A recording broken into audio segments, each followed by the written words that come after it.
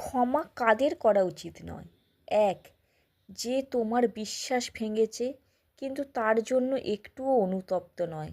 বিশ্বাস একবার ভাঙলে জোড়া লাগে ঠিকই, তবে তার আগের মতো হয় না। ২. যদি কেউ জেনে বুঝে বিশ্বাসঘাতকতা করে, সে কখনোই ক্ষমার যোগ্য নয়। ৩. যে তোমাকে ছোট করে, অসম্মান করে, অপমান করে, অযথা কষ্ট দেয় এবং সেটাকে স্বাভাবিক বলেই মনে করে, সে তোমার ভালোবাসা বা ক্ষমার যোগ্য নয়। ৪. যে তোমার ভালোবাসাকে দুর্বলতা ভেবে তোমাকে বারবার আঘাত করে এবং স্বার্থের জন্য ব্যবহার করে, স্বার্থ ফুরিয়ে গেলে ছেড়ে চলে যায়, তাকে কখনো ক্ষমা করো না।